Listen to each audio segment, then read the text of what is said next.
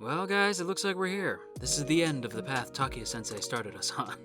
But with that said, hello everybody! Welcome back to the channel. Welcome back to one of our weekly Fruits Basket discussion videos. Today we're here to talk all about episode 1 of Fruits Basket, the final. I'll hold another banquet. But before we get into the video proper, quick reminder if you haven't done so yet, to hit that subscribe button, ring that bell, set notifications to all, and let all of AniTube know that you're here. And without further ado, we're pretty much going to go ahead and just jump right into it. And I don't know where to start.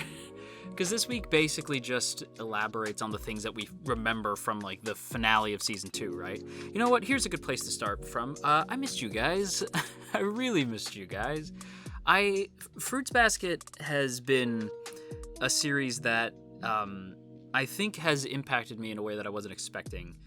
And it really, like, this season has the potential to bring the series to a point where it might legitimately dethrone Free as one of my favorite series, and that's truly saying something because I love Free with everything I have.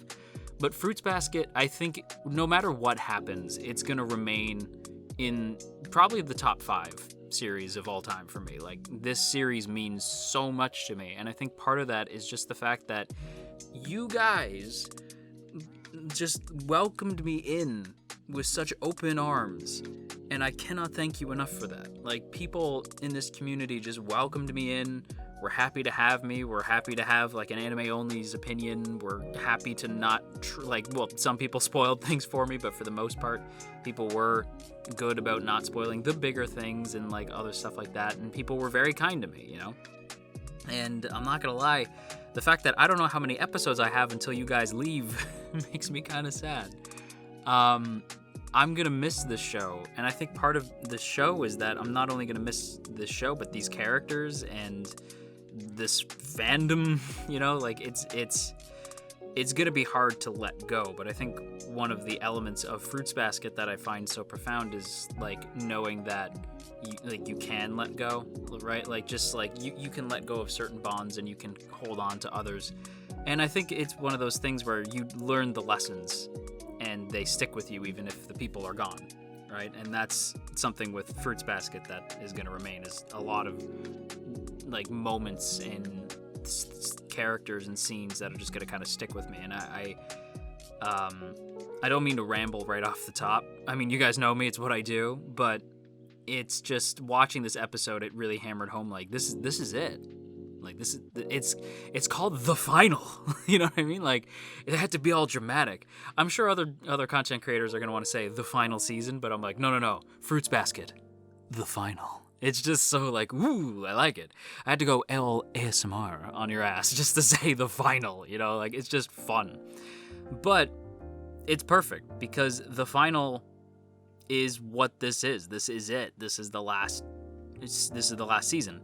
And I've seen some people say there's too much content for it to just be 13. And I've seen other people say, like, well, it should be 13 because everybody was ballparking the series to be about 64. So 13 episodes just make sense. I don't know what to believe. What I do know is this. This season, the way it started, tells me that I'm probably in for an emotional journey that I was not prepared for. And I don't know... I don't know how things are going to end. I assume happy, right? Because I want it to be happy, but, like, I'm sort of in this, like, Samwise Gamgee state where it's like, how can the world go back to the way things were when so much bad had happened, right? And that's sort of where I'm at. We're like, how am I supposed to let these characters go? And how are they supposed to find a happy ending when there's so much bad things that have happened, you know? So much pain. And so much pain from Akito and friggin' Ren, who we'll talk about. But there's so much going on, so much baggage from these characters, that I don't know. Like, I assume a happy ending. It's a JoJo series, right? There's got to be some kind of happy ending, but I just don't know what that's gonna look like. And I'm nervous. Also, the OP and the ED are nice. I don't really have much to say, but nothing's gonna beat again for OP for me. I saw somebody had mentioned this in a stream on the website that starts with a T, but nothing will beat again as best opening, and nothing's gonna touch Eden as best ED. Eden, that song just immediately makes me cry. I'm probably going to listen to it during the last episode before I go to record, just to really put me in the vibe. But, oh man, I'm definitely going to cry on the mic when the last episode of this drops. But yeah, I'm definitely in for some shit. I could just tell based on how this episode went. But, I should probably actually get to talking about the episode itself instead of just rambling. Sorry, Akito. Okay. You guys know how I feel about Akito. I've made no secret of how I felt about Akito. I think Akito's the worst until I met Ren. But Akito, as a character, is cruel, malicious, evil, spiteful, but I get it. You know, like, especially after this, it's like, they really hammer home that, like, it takes a monster to raise a monster. You know, like, it's, like, Akito didn't just end up this way solely because of the curse, right? It's not just that. Like, Akito had a messed up childhood, apparently, living with this friggin' monster, with Ren. And the moment you see Ren, it's creepy because, like, we see how even Akito is just, like, foaming at the mouth when Ren's around, right? Like, just losing their mind. Like, Akito is going crazy. Like, I really thought she was gonna kill Ren. Like, I was like, not like really, like, I knew that they'd stop her from doing it, but, like, if nobody was there, she woulda. You know, like, it was a scary, scary moment. And Akito, you can tell, like, blames Ren for a lot of her baggage, like, for a lot of her problems. She hates her, right? Like, they hate each other. They literally say that in the episode. They hate each other. And it's crazy to me to think about that because, like, well, yeah, a lot of the Soma parents, like, again, this just carries on that tradition. A lot of the Soma parents are crap, you know, they're bad parents, but Ren might take the cake as the absolute worst. And seeing Akito just lose her mind, it was crazy. Like, the fact that they that they, like, have that whole fight in that courtyard, and they say, like, if you kill me, then that's fine. Like, I'll just go to heaven and be with Akira. Like, I'll, like, I don't need you. I don't need this, blah, blah, blah. And I'm like, who are we talking about? I assume it's the white-haired guy that we see in the flashback when it's like, Akito, you were meant to be loved. So I'm like, okay. Like, who? I am very confused. But what I do know is this. Like, this character, it makes sense to me that Akito had to end up this way. And you want to know why? Because I trusted Takeya-sensei. How long have I told you guys that I know Takeya-sensei's going somewhere with this? Like, I know Akito is not just evil for the sake of being evil, because none of the other characters have been, like, nice for the sake of being nice, you know? Like, people who think that these characters are just like, oh, it's just a shoujo, they're just cardboard cutouts. Like, I imagine a lot of people just view Toru as, like, nice girl who does nice things for the sake of being nice. And I'm like, wow, watch the show, because that's not what Takeya-sensei is doing.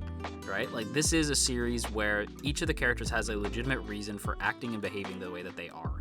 So I always knew that it was going to make sense. And we've seen glimmers of this, right? Like, we've seen little hints that Akito is not playing with a full deck of cards, right? Like, Akito's a little unhinged. Not even a little, a lot. But we knew that there was reasons why, and we were starting to see that. This is, like, the biggest moment for me, where we really start to get it. We get that Akito was raised as a male, not even by her own choosing, by Ren's decision. And that Ren is essentially tormenting Akito, saying that their connection is fake, and just probably further reinforcing this idea that, like, they have to stay with her, right? That the Somas have to, the curses, or the cursed Somas have to stay with Akito because that's all she has. You know, like, it's just further reinforcing it and making her more and more crazy. And it's tough. It's tough to watch. Do I forgive her for any of the things she's done? No. Right? In the same way, I can't really be like, yeah, Endeavor, it's cool that you tortured your son, you know, like, and made your wife go crazy because you fought a bad guy that one time. It's like, no. It's the same thing I said with Endeavor I'm going to say for Akito. I hate Akito for what they've done, and because I haven't seen their atonement arc yet. You know what I mean? And it's not even an arc, right? There's redemption arcs where the character does a thing and they are redeemed and therefore they can move on with their lives and become a new person.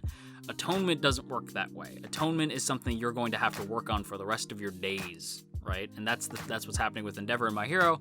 And with Akito in Fruits Basket, I really feel like it's going to be more of a atonement thing, at least for me. I don't think I'm ever going to forgive Akito. But can I respect that Akito is trying? I hope so.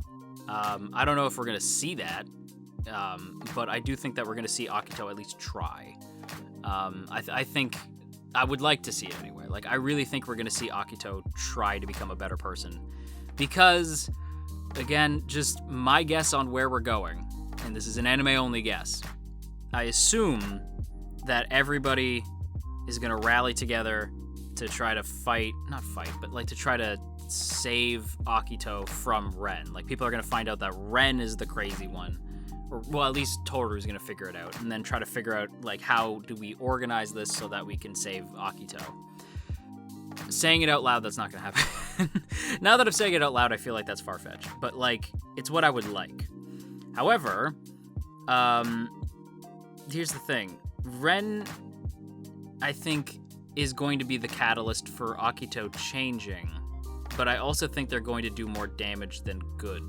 I feel like Ren is going to do something. Because by the end of the episode, well, not like the end, but towards the end, we see Rin looking for Ren, and Ren saying, like, I know what you're after, let's work together. And I'm like, oh my god, are they gonna, like, do something to take down Akito? What's gonna happen?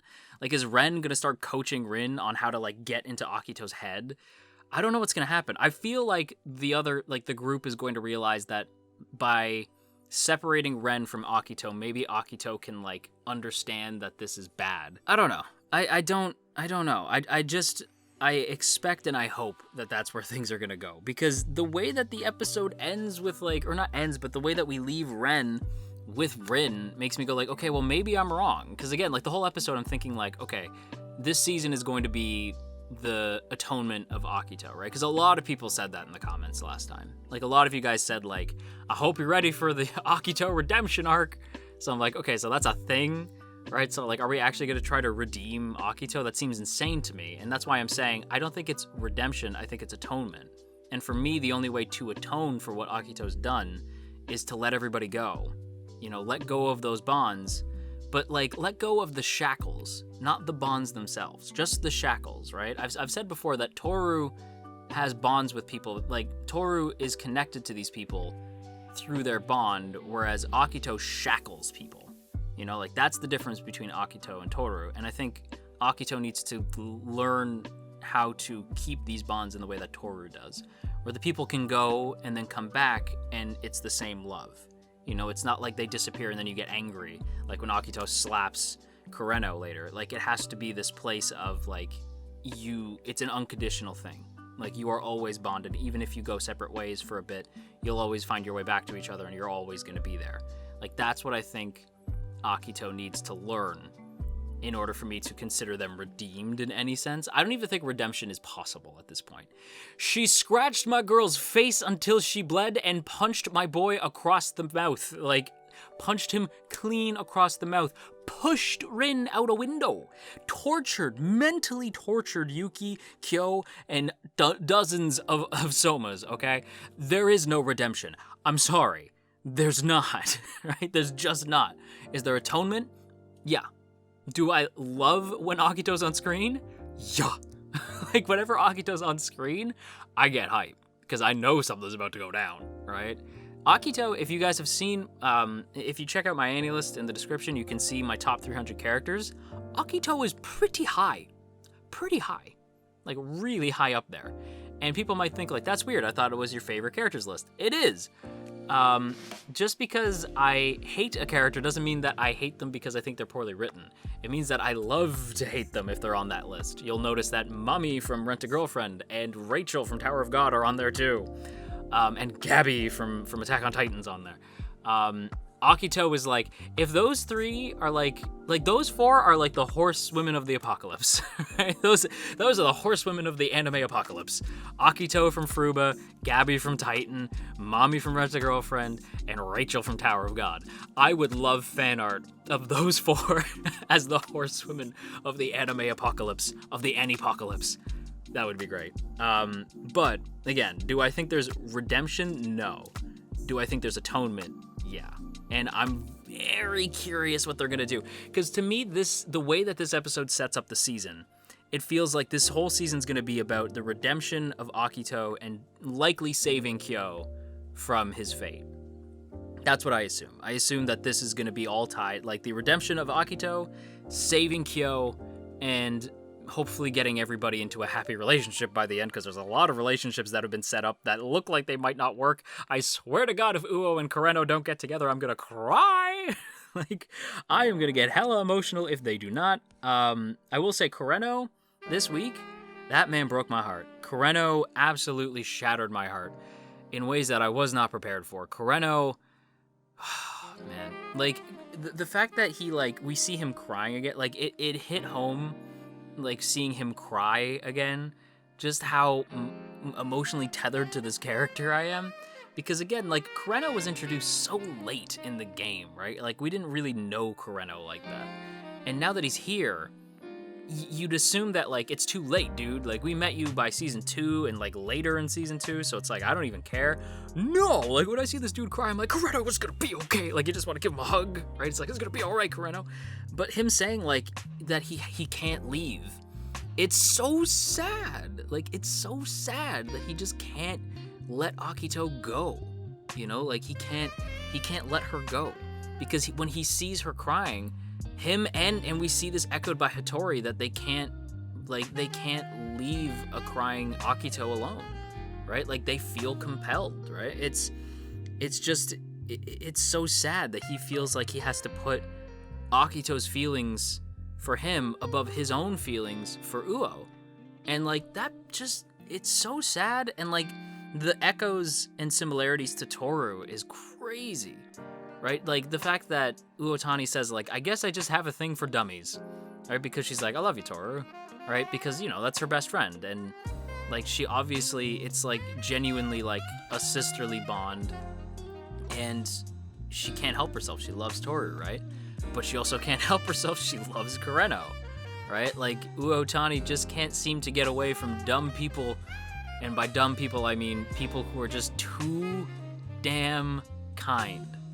Like, they're too good. They're too sweet. They are too precious for this world. And it's just not enough. You know, like, they just, like, it's not enough. And people will keep using them and using them and using them. It's like the story that they tell in class, right? I believe it was, who was it? Was it Kisa or Momiji? Somebody tells the story about the girl who kept giving parts of herself away until there was nothing left, but she was just happy that people were happy. And that's Kureno and Toru, like 110%. Like, they're willing to just let themselves suffer for the sake of other people being happy. And it does concern me that the show, like, makes a point to have both Kureno and Toru talked about in this way, where they're worried that their kindness will be their downfall. And we see, like, the scarf get run over by a car, and I'm like, oh no, is something gonna happen to Kureno and Toru? I don't know. But it's like Megumi says, and God, that boy is smart, but like Megumi points out, like, you know, a lot of things come with time, and friendships and lovers are the same way. Give it time, and maybe he'll come back, right? Like, maybe he'll find his way to you, right? Megumi, he's a smart boy. He's a smart lad, that Megumi. And yeah, everything with Megumi and Hana showing up too. I'm just like, okay, is Hana actually is she magic? Like, she's magic. I don't care what anybody says. I'm sure people are gonna be like, no, she's not. She's this intuitive. No, she's magic. Like, I have my headcanon. Hana is magic. But, like, because some of the things she does, I'm like, how did she do that? Or, like, how did she know? And I'm like, I'm just gonna pretend like she just legit psychic knew that shit. But yeah, and God, Hana's room design. God, the room design. I miss this. The art design. Friggin' Yuko Kamiyama. Legend. Kamiyama's art, man. Like, the background art in this series, I'm gonna miss something fierce. The character designs by the adaptation rather of Takiya's designs by friggin' Yu Shindo. Perfection. I'm gonna miss them so much. Gosh. Ibata, just top tier director. Did you know that Yoshihide Ibata also directed Attack on Titan Junior High before Fruits Basket? Because every time I do my notes, I got my book full of notes here. Every time I see that and I have to write down Junior High beside Ibata's name, I'm like, that's weird. but I guess, it's a strength, right? Ibata, as a director, knows how to handle an ensemble cast and really give them all their shine. No matter how you feel about Junior High, that is a skill that they have, and I have to give them credit. And Kishimoto, Takuya Kishimoto is series comp, so the head writer. They know how to adapt stories. They're also the one who adapted Haikyuu. They know how to properly space out a story. So whether or not this has 13 episodes or 25 episodes, I trust Kishimoto with everything, right? So, I know Kishimoto is going to do Takuya Sensei proud. He's going to adapt her work properly. I'm just waiting to see how things go. And I know I'm in good hands with this team and with the animators at TMS. I know that it's going to be good. No matter what, I know the season's going to be good no matter what happens. This season itself could fall flat in its face, right? And it wouldn't stop Fruits Basket from being in the top 10. My thing is that it legitimately could place in the top 5 of all time for me, and that's kind of shocking. That's really shocking to me because, again, I had no connection to Fruits Basket. You guys know I'm an anime only, right? It's not like I have been reading the series forever and I'm this huge Omega fan, right? It's no, I jumped in with the remake. I didn't even see the OG anime. This was my introduction to Fruits Basket, and I didn't even get to see it in high school. I'm in my late 20s, and yet it hits. It hits so hard because Natsuki Takuya is a genius. I want more Takuya anime or manga adaptations. I want to see more of their work adapted. I want to see this Fruits Basket Another story that I keep hearing about, because people tell me that there is technically a sequel called Fruits Basket Another. I have not looked it up because I am horribly concerned about spoilers. And I want to see this Three Musketeers thing, where it's the trio back in the day. I would love to see that. Even if it's just a one core thing or an OVA, 4 OVAs or something. Just give me something. Give me more Fruits Basket. And even if it's not Fruits Basket, if there's another Takuya Sensei adaptation of a series, right? Say another one of her works gets adapted in the future, preferably by TMS, but by anybody, hit me up. Let me know, because I'm going to be there. Because you guys were there for me, and I'll be there for you. That's the worst. I ended on a Friends reference. Okay, we're ending the video here. I hope you guys enjoyed. If you did, don't forget to boop that up snoot, share if you care, leave a comment down below, and of course, make sure that you hit that subscribe button, ring that bell, set notifications to all, let all of AniTube know that you're here. Oh, before I forget, before we get into the end and before we thank the good folks in the T Squadron, I have to say, we're doing a discussion. There's going to be a discussion video with me, Sunwoo, Flora Red, and John and Ali from Thought Bubble. We're all going to get together. We're going to talk about the first episode of Fruba. We're going to talk about what we want to see from the rest of the series. It's going to be good. I would love to do one at the beginning, and then maybe at the end, maybe at the middle, depending on how long the season goes. If it's 2 core, then we'll do one at the end of the second core, but if it's just 1 core, then I'm going to do one at the beginning, and I'm going to try to get them back together to do maybe a one at the end. I haven't told them that, so if they're listening to this, hi guys, sorry. But yeah, I would like to do one at the end as well, but I do want to do a discussion video just to get everybody's thoughts. And if you don't know who those people are, my God, watch them. They're great. They do better Fruits Basket content than I do. But yeah, that's a thing that's happening sometime next week, or maybe at the tail end of this week. I don't super know. But yeah, But with that said, I want to give a big thank you to the good folks in the T Squadron. Look at these beautiful people. Look at all these beautiful names, and hey, if you would like to join these beautiful people, there are 2 ways to do so. The first is by hitting that join button right beside the sub button. That gets you a badge next to your name, some emotes to spam in the comments, and of course your name scrolling past the screen here.